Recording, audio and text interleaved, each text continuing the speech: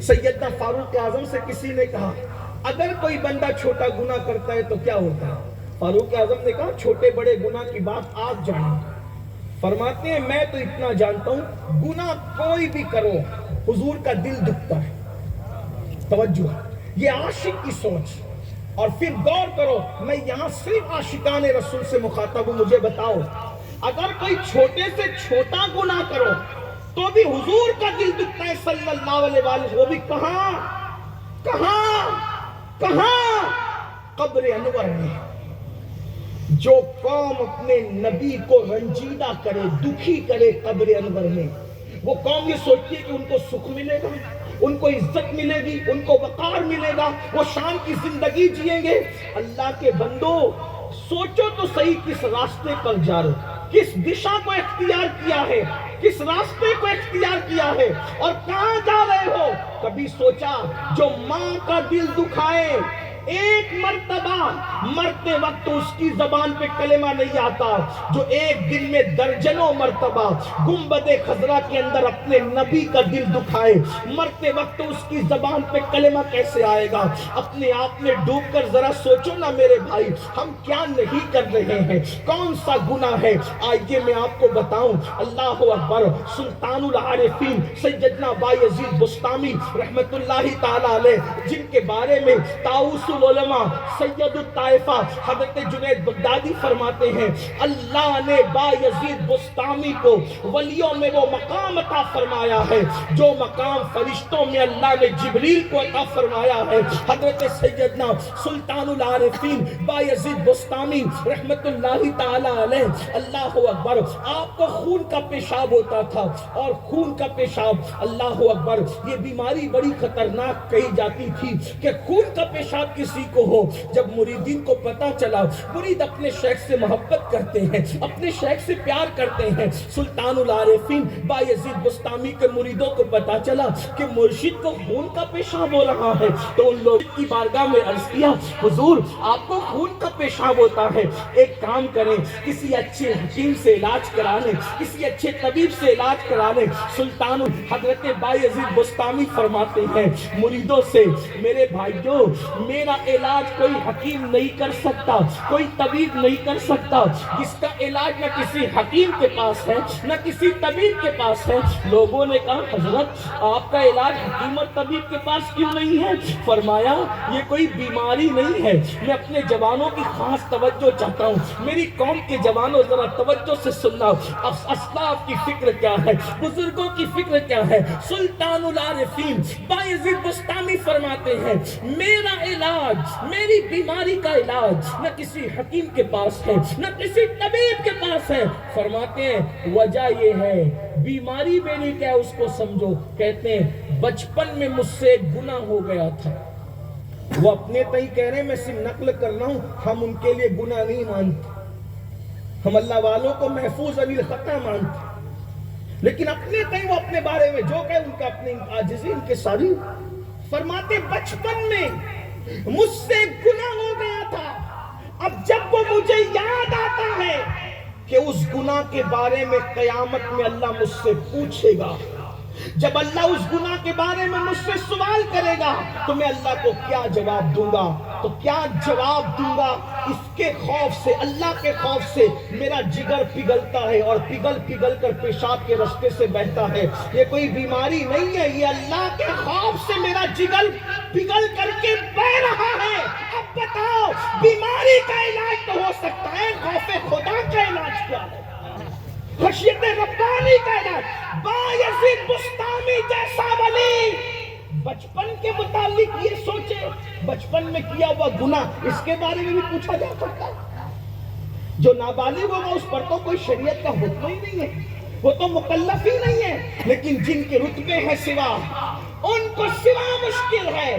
وہاں یہ ہے کہ بچپن کی فکر کر کے جگر پگھالا جا رہا ہے، اور یہاں پوری زندگی فجر کی نماز نہیں اور گھمنڈ ہے ہم جنت میں نہیں جائیں گے تو کون جائے۔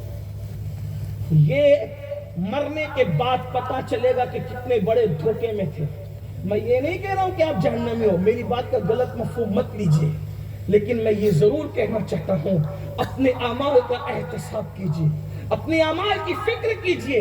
آئیے چونکہ سردی کا موسم بھی ہے، وقت زیادہ نہیں ہے، ایک بات میں آپ سے کہنا چاہتا ہوں. میں یہ دیکھ رہا ہوں کہ جو نیک لوگ تھے وہ تو آخرت کے معاملے میں بہت ڈرتے تھے، اور جو نیک نہیں ہے وہ بہت بے باک ہے. جو جنتی تھے ان کو بہت ڈر تھا. بھائیو سب جنتی کو تو اپنی جگہ رکھو، مسلم شریف کی حدیث اٹھا کر دیکھو، ہم جھوٹ بول کے بھی توبہ کرنے کو تیار نہیں، نوتل میں کمی کر کے بھی ہم توبہ کرنے کو تیار نہیں، راتیں عیاشی میں گزار کے بھی توبہ کرنے کو تیار نہیں ہے. لیکن وہ رسول جو مالک جنت ہے، رسول ہمارے عقیدے میں مالک جنت نہیں، مالک کل ہے.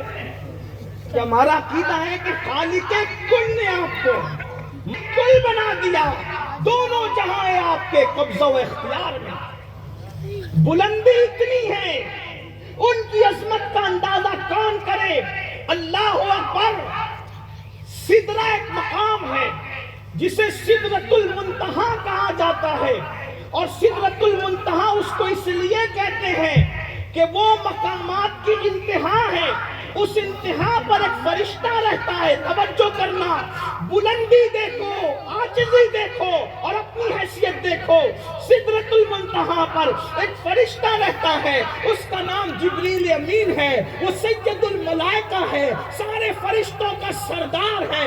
لیکن وہ سید الملائکہ جب مصطفیٰ جان رحمت کی بارگاہ میں آتا ہے تو اللہ اکبر، نبی کے تلووں پر وہ فرشتہ اپنا سر رکھتا ہے، اور اس کے سر پر جو تاج سجا ہے اس کے موتی میرے نبی کے تلووں کو سجدہ کرتے نظر آتے ہیں. اور میرے امام اس مقام کو یوں بیان کرتے ہیں، تاج روح القدس کے موتی جسے سجدہ کرے رکھتی ہے کتنا وقار.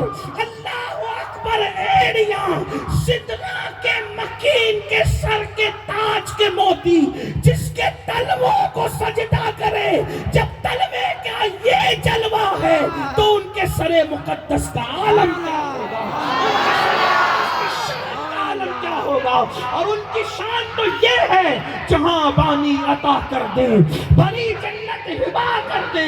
نبی مختار کل ہے، جس کو جو چاہے عطا کر دے. جہاں میں ان کی چلتی ہے وہ دم میں کیا سے کیا کر دے. زمین کو آسماں کر دے، سریا کو سرا کر دے. مرتبہ اتنا بلند ہے، مقام اتنا بلند ہے کہ سارے انبیاء بیت المقدس میں ہاتھ باندھ کر جس کے پیچھے کھڑے ہوتے ہیں. اور اہل سنت کا امام اس کی عکاسی یوں کرتا ہے، نماز اقصا میں تھا یہی سر، آیا ہو مانی یہ اول آخر ہے، دست بستہ وہ پیچھے حاضر، جو سلطنت آگے کر گئے تھے. سارے انبیاء جس کے پیچھے ہاتھ باندھ کر کھڑے، میرے آقا. لیکن آپ مسلم شریف کی حدیث ہے، جھوٹ بول کے، زنا کر کے، یوٹیوب فیس بک پر ساری گندگی کر کے آج کا مسلمان توبہ کرنے کے لیے تیار نہیں. لیکن جو صرف معصوم نہیں بلکہ سید المعصومی، جان کائنات، جان عبادات، جان ایمان، جان اسلام، بلکہ ایمان کی بھی جان، ایمان کا بھی ایمان، وہ رسول جب نماز کا سلام پھیرتے ہیں تو حضور کہتے ہیں استغفر اللہ استغفر اللہ استغفر اللہ. آپ غور کریں، ہم جرائم کر کے استغفر اللہ کہنے کو تیار نہیں.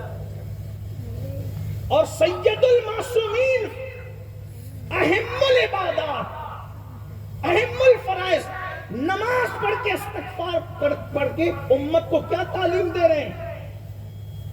بھئی گناہ کر کے استغفار ہوتا ہے، نیکی کر کے استغفار تو ہوتا نہیں. اور وہ بھی سید المعصومین، جہاں سے گناہ کبھی قریب سے گزر کر بھی نہیں جا سکتا. وہ استغفار کر کے کیا امت کو تعلیم دے رہے ہیں؟ اے امتیوں، نماز پڑھ کے مغرور مت ہو جانا، کیونکہ نماز وہ عبادت ہے، کتنے بھی خشوع سے پڑھو گے حق تو یہ ہے کہ حق ادا نہ ہو. استغفار کرو. نماز، جس نبی نے نماز کے بعد استغفار کیا ہے اس کی امت گناہ کر کے بھی استغفار کرنے کو تیار نہیں. سود کے دندے کر کے بھی استغفار کرنے کو تیار نہیں ہے، حرام